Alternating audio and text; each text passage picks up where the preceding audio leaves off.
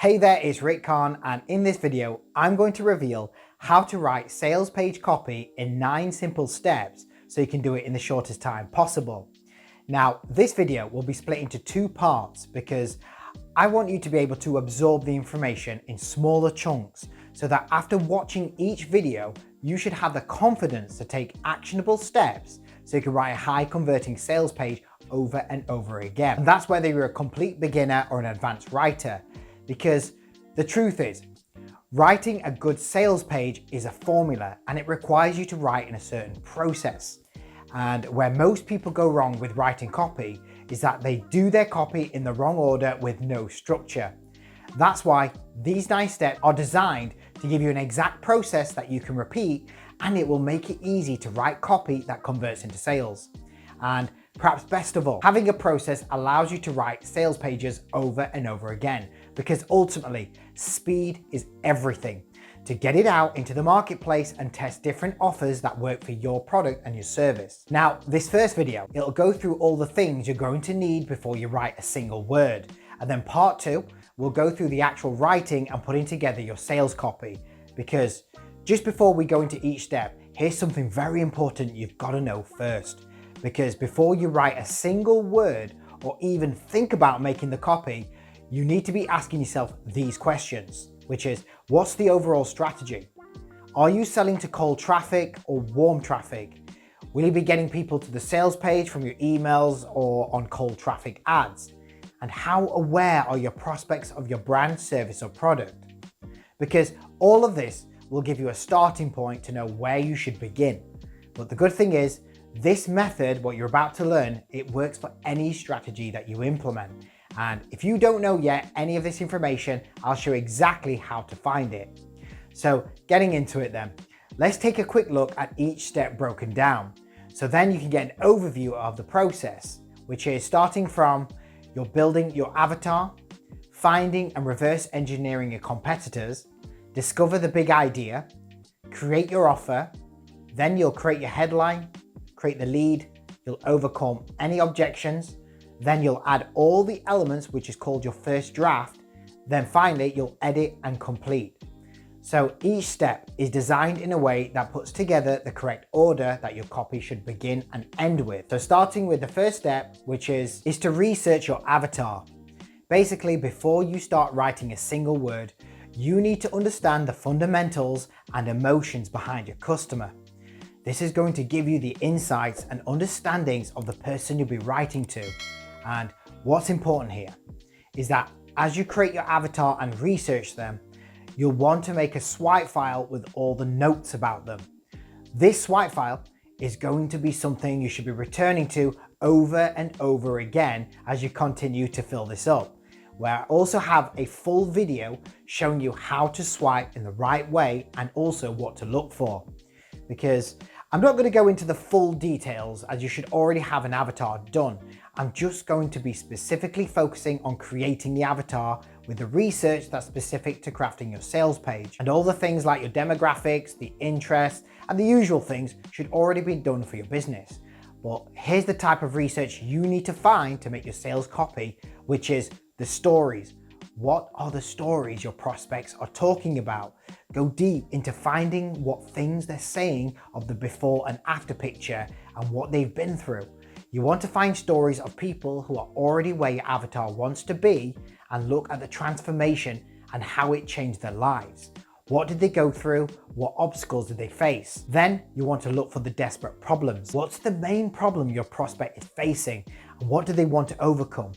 What's that one thing that keeps them up at night? And if only they could solve this one thing, everything in their life will be different. Now, this is actually the most powerful emotion that can drive people to buy, because most people will buy to get out of a problem rather than buy for pleasure. Then what you want to do is understand what the big promise is. What do they want and what would be the promise that you would be giving them? Now, you want to look for all the things that they're talking about wanting, and also what can you deliver to them that can transform their lives. This is their big promise. Basically, the big promise is the result they're after, and you're going to call out your promise in your copy and then fulfill this when you can deliver through your product or service. Then Here is something that is so important to you when you make the promise of the copy that no one really talks about much, which is knowing where your customer is at. This is also called the level of awareness. What have they tried before, and who have they got help from before, and what's already been around for the solution that they've been looking for. Now, this is more of an advanced copywriting strategy, something you can find in a book by Eugene Schwartz, Breakthrough Advertising. And also a great book is Leads by Michael Masterton. But with that said, what I wouldn't recommend is that you start reading Breakthrough Advertising as a beginner. First, you want to get some copy out first before you start learning from this book. However, you can definitely read Great Leads. This will help give you a better understanding of all of these principles of knowing where the customer is at, where they are, and where your solution fits in with this. Well, once you know all of the level of awareness, this will also give you the perfect idea where to begin your copy and what point your product will be helping to solve their problems. But then moving to the next one is, what kinds of proof do your prospects require, or what's best suited for them? Now, there are so many different types of proofs to look for, such as testimonials, social proof, demonstration studies, pictures, or even giving results in advance. But you want to know what convinces your audience and which is best suited for the kinds of proof you'll be presenting. Because the truth is, a lot of people think they need testimonials as proof, and this is simply not true, as there are so many variations of what is considered proof. And if you think about this for a minute, when using testimonials, prospects sometimes think, yeah, it worked for John, but will that work for me? So it can still cause doubt in their minds. But with that said, once you have all this down, then you want to focus on step 2, which is researching your competitors. Because after you have all the information required for your customer, you then want to find out who is putting the solution in front of your prospects. Now, this is going to give you an idea of what's working and what your prospect is buying. And the thing with this is that when you look at your competitors, you'll still want to make sure you're filling out a swipe file, because again, this ultimately will be something you'll be returning to over and over again. But specifically, here's what you want to be looking for when researching your competitors, which is the offer. What's the offer they're offering? Look into how they're presenting it and what's in the product or service that they're giving. Next is the hooks. What's the angle or hooks they're using, and how are they hooking in their customers? And also, what angles are they using to sell their offers? Then the promise. What's the big promise they're saying to their customers, and how are they saying it? Then what's the mechanism of the product or service? Basically, this is the deliverable of fulfilling the problem with their solution. The mechanism is basically the thing that solves the problem through their product and service.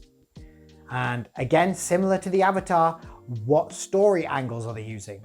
Then what kinds of proof are they using? Are they demonstrating using testimonials, case studies, or even scientific studies from credible sources? Now, after you have all of this down, where you've done all your research, a quick tip here is that after doing step 3, which I'll be showing you in just a moment, is to take everything you have and create a giant list of bullet points. Now, these bullets are what you'll be adding into your copy, and there's a lot to go into creating bullets, which if you want a full video of how to create the bullets, let me know in the comments below. But for now, this video is only focusing on helping you get going as fast as possible with the basics.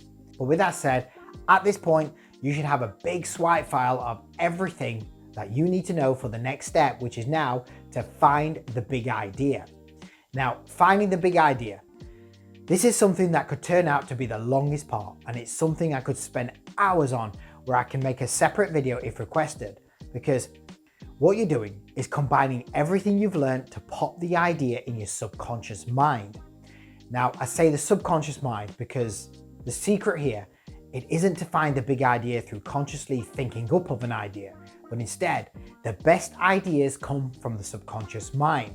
Because when you think about this, if you're trying to consciously focus on a genius idea, it's just a very small part of the human mind.